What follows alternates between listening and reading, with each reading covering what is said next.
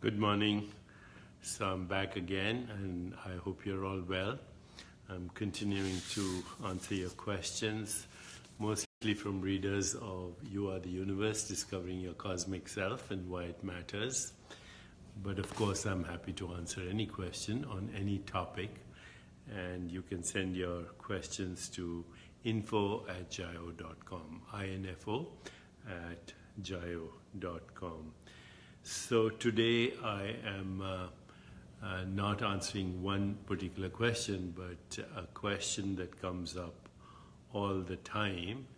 And so this is a question that's coming on info@jayo.com from many people. And that is, what is the role of belief in getting in touch with that which we call reality or truth? And so I felt compelled to answer this in one sweep. So here we go. And by the way, do download Jayo, JIYO.com. It's our collective ecosystem here to bring about that shift, both personal and social shift, so we can move in the direction of a more peaceful, just, sustainable, healthier, and happier world. So do get the app, Jayo, JIYO. We can hang out together even more.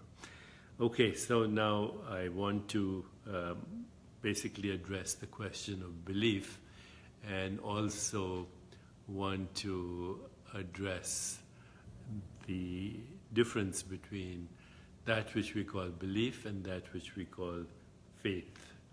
So let's do it. Okay, so I've said before, and people have been upset with me when I've said this, is that all belief is a cover-up for insecurity. All belief is a cover-up for insecurity. What do I mean by this? In order for me to explain this, I would like to first define a belief. So I'm looking at the dictionary right now, and it says belief is a noun, and it's defined as an acceptance that a statement is true or that something exists. Okay, it could be a religious conviction. I'm afraid to say belief has gone. It's an example given in the dictionary. Belief is trust, confidence in something, a belief in God, or a belief in religion, etc., are usually given as examples. Let me broaden that a little bit to say that a belief is a thought that you hold to be true. I think that would be the simplest way to define belief. Belief is a thought that you hold to be true. Is it true or is it not true? Well, if you're embedded in a belief system, then of course you experience it as truth. Once again, if you're embedded in a belief system, then you experience it as truth. That's your experience. And the most radical believers are frequently referred to as fundamentalists, religious fundamentalists. So, you believe in the literal version of any book, virgin birth, resurrection. Muhammad is the only way to reach God or Allah. Those are beliefs, and therefore they are mental constructs that many hold to be true. Now I'll say this at the cost of annoying a lot of people, and I think most organized religion is just a cult with a large following. So, you have a few people believing in something, we call that a cult. And if you have millions of people believing in something, we call that a religion. So, organized religion is based on belief.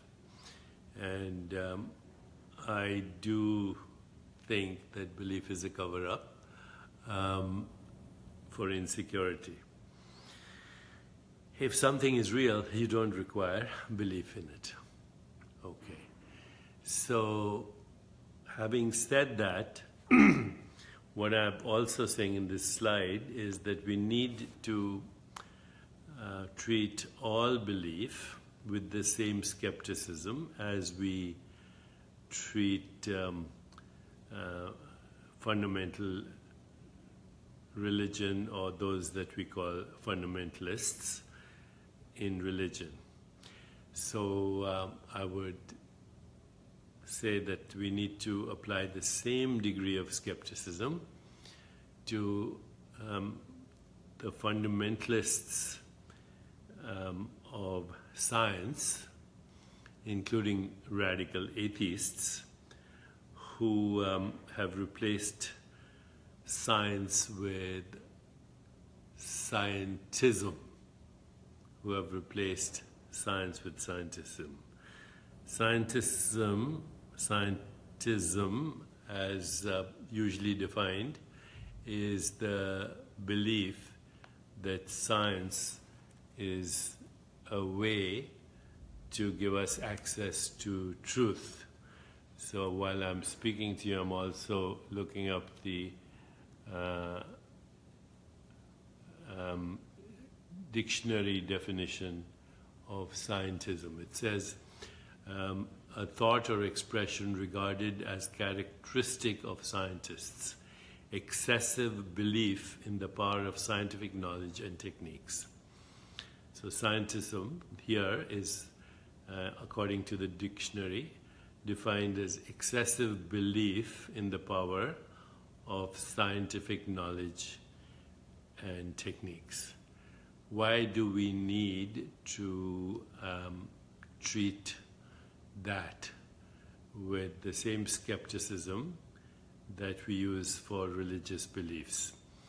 And if we get rid of all beliefs, does that actually bring us closer to truth? So let me come back in 15 seconds and let's talk about this. Okay?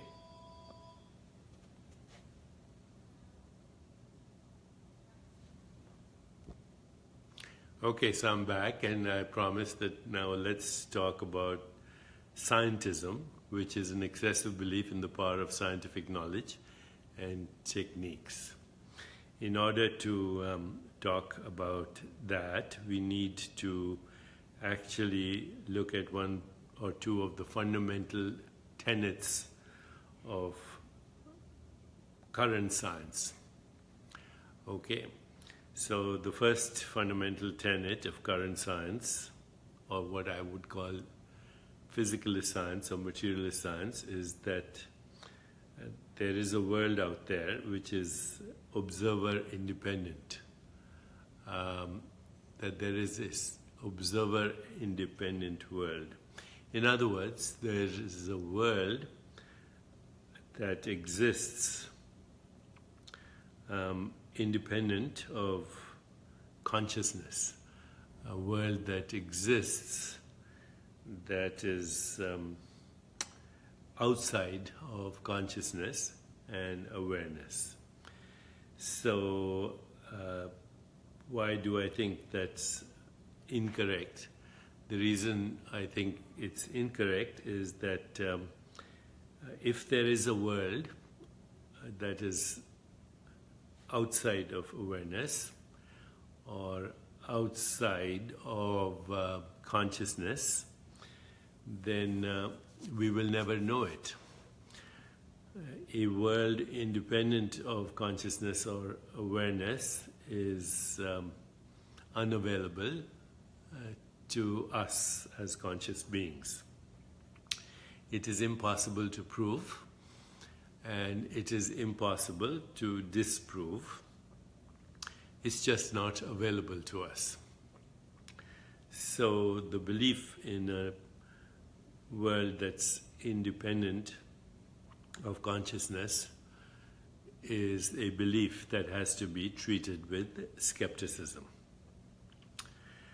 The other belief that needs to be treated with skepticism, which is also a worldview of many physicalist scientists, is that there is something called matter.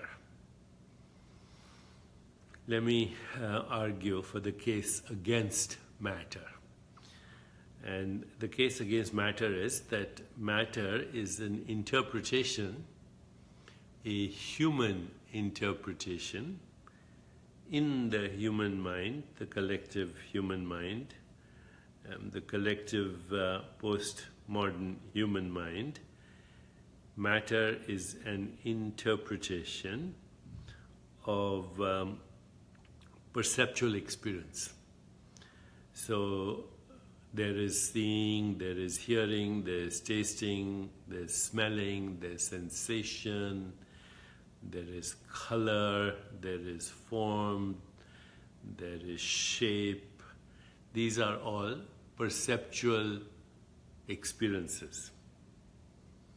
And as such, they are activities of the mind.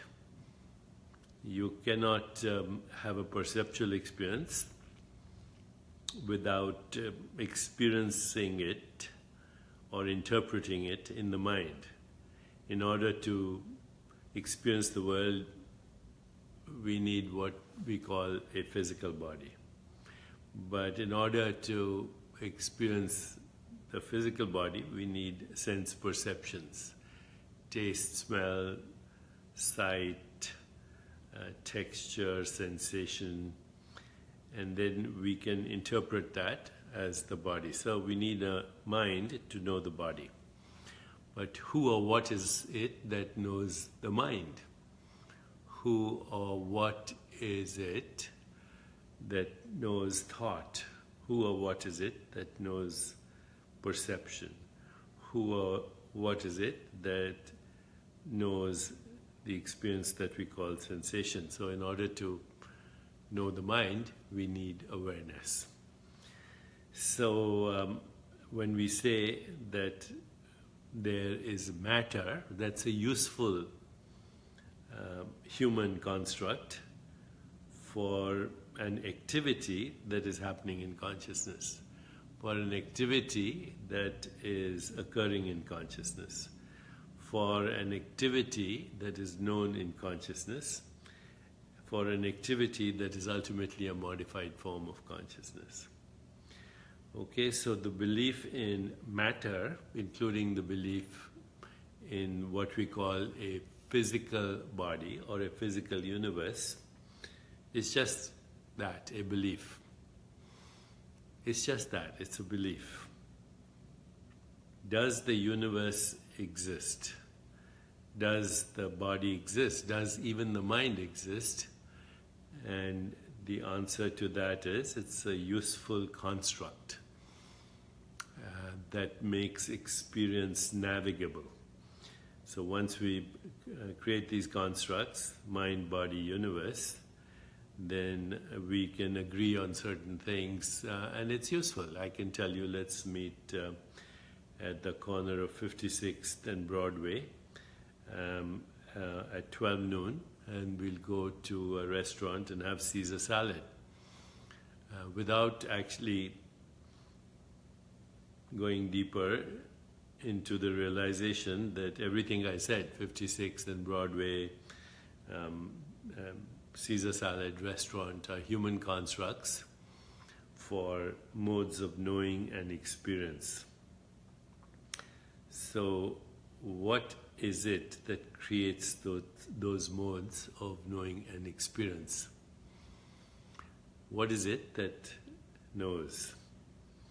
And because we have to use words, we can say that which knows experience, whether that experience is mind or body or universe, or that which we call mind, body or universe, is nothing other than a modified form of awareness. Without awareness, you cannot create constructs. Without awareness, there is no experience, and without awareness, there is no interpretation of experience. So, what or who would we be without beliefs? And what or who would we be without beliefs is that which is the source of all beliefs, is the source of all constructs. That is the only thing that we can be sure of. Well, so what is the only thing we can be sure of? Well, we can be sure that there is existence without necessarily explaining it. Okay, so we don't need to explain existence. We can be sure of it. We can also be sure that there is awareness of existence. Okay? We can be sure that there is awareness of existence, because if there was no awareness of existence, then we wouldn't be able to make the statement that there is existence. So then that leads to another conclusion, which is that awareness of existence is synonymous with existence. And after that, it's all constructs, including mind, brain, body, universe, all of that. Useful constructs, but not fundamental reality. Useful constructs, but not fundamental reality. Now, I did say I would try and explain the difference between faith and belief. So, belief is a thought that we hold to be true, and faith, in my opinion, is the certainty of the invisible, without which the visible is impossible to experience, is the intangible, without which the tangible is not possible to experience. So that which is invisible, that which is intangible, that which is formless, that which cannot be seen, that which cannot be touched, tasted, smelt, imagined, or conceived, but without which there would be no experience, no imagination, no form, no color, no taste, no smell, no discussion of all this. That would be faith, to know that that exists. And that faith can only come by being in touch at all times with the invisible that makes the visible possible. What is that? That is being, that is awareness, that is existence, and that is who you are. You are the invisible, intangible, non-conceptualizable, non-imaginable, non-conceivable, I think is the right English word, non-conceivable, unimaginable, which is responsible for all concepts, all imagination, all perception, all thought, all knowing, all intuition, all introspection, all inquiry. So find and know that one thing, by knowing which all else is known. And that one thing is awareness. That one thing is self-awareness. That one thing is a persistent inquiry into who am I? Who am I without all constructs, but without which there would be no constructs. Once you are comfortable and abide in pure awareness and become the ever-present witnessing awareness of thoughts, feelings, emotions, judgments, perceptions, labels, interpretations, images, just the ever-present witnessing awareness. And once you ground yourself in that, ultimately even the witnessing awareness dissolves into pure awareness, the field of all possibilities, the field of self-organization, self-regulation, self-evolution that you and I constantly experience as that which we call the human mind, the human body, and the human universe. Only by getting to that source can we then question all constructs and create new ones.